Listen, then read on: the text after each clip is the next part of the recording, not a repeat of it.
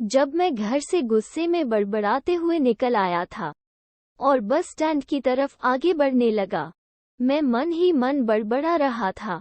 पता नहीं कितने पैसे छुपा के रखे हैं, लेकिन मेरे लिए एक बाइक नहीं ले सकते।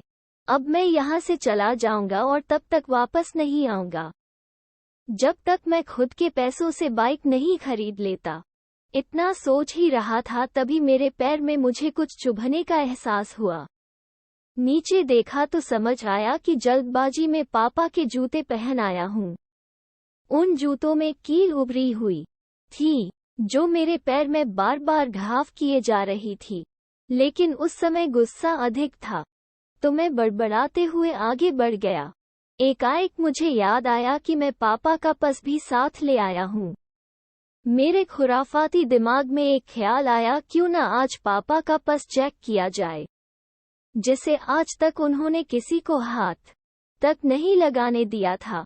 पता नहीं कौन सा खजाना छुपा है इस पर्स में, जो किसी को हाथ नहीं लगाने देते थे।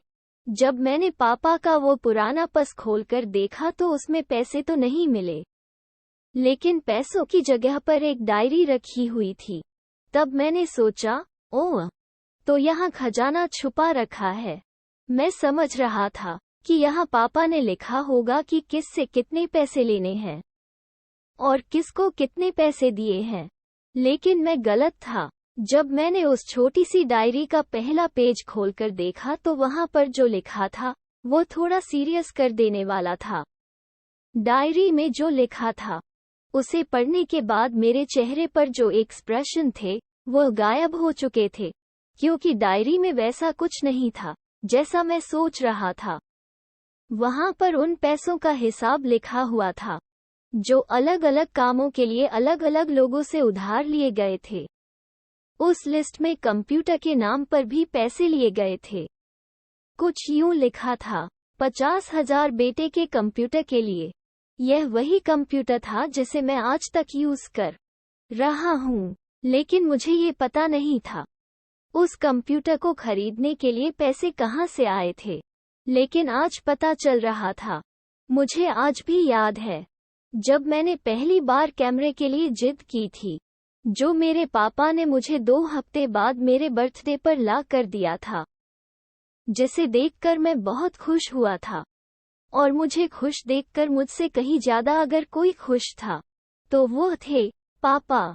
अब मेरे चेहरे से गुस्सा एकदम गायब हो चुका था। जब मैंने आगे का पन्ना पलटा तो वहां पर कुछ विशेस लिखी हुई थी। पहली जो विश थी उसमें जो लिखा हुआ था, अच्छे जूते पहनना।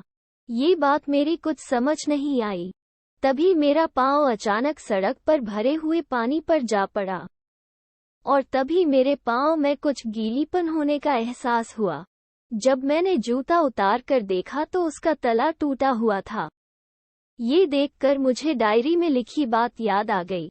तभी मुझे माँ पापा की कही बातें भी याद आ रही थी कि कैसे माँ जब कहा करती थी पापा से, अब तो जूते पुराने हो गए, नए ले लीजिए, तो पापा अक्सर यह कहकर टाल दिया करते थे, जूते अभी और चलेंगे, अभी कुछ दिन पहले तो लिए थे।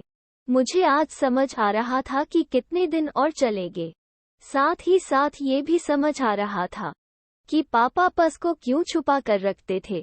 तभी उस डायरी को पढ़ते हुए बस स्टैंड पर पड़ी बेंच पर आकर बैठ गया। अब उस डायरी का आखिरी पन्ना बचा हुआ था। उस पन्ने को जब मैंने पलट कर देखा तो वहां कल की डेट लिखी हुई थी। तारीख के नीचे लिखा हुआ था 50,000 रुपये बाइक के लिए। बस इतना पड़ा और दिमाग सन रह गया।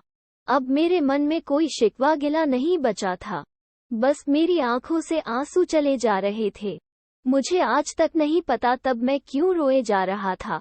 अब मैं जल्दी से घर की तरफ भागा, लेकिन जूतों की वह कील पांव में अब तक घाव बनाने में कामयाब हो चुकी थी। मैंने जूतों को रास्ते में ही निकाल कर फेंक दिया और भागते लड़खड़ाते हुए घर जा पहुंचा। लेकिन पापा घर पर नहीं थे। मैं समझ गया वो कहाँ थे। मैं सीधा पास वाली बाइक एजेंसी की तरफ भागा। पता नहीं आज कहाँ से इतनी ताकत आ गई थी कि मैं भागते हुए थक नहीं रहा था। और वह भी बिना जूतों के नंगे पैर। जैसे तैसे मैं बाइक एजेंसी पर पहुंचा। पापा वही थे। मैंने पापा को दौड़कर गले लगा लिया और मेरी आंखों से आंसू रुकने का नाम ही नहीं ले रहे थे। पापा को समझ नहीं पा रहे थे आखिर हो क्या रहा है, मैं क्यों रो रहा हूँ। मैंने पापा से कहा, पापा मुझे मोटरसाइकिल नहीं चाहिए, आप अपने लिए जूते ले लीजिए। अब आज से मैं जो भी करूँगा अपनी मेहनत से अपने बलबूते पर पढ़कर करूँगा। दोस्तों वीडियो कैसा लगा कमेंट करके बताएं और चैनल को सब्सक्राइब जरूर करें। वीडियो देखने के लिए धन्यवाद।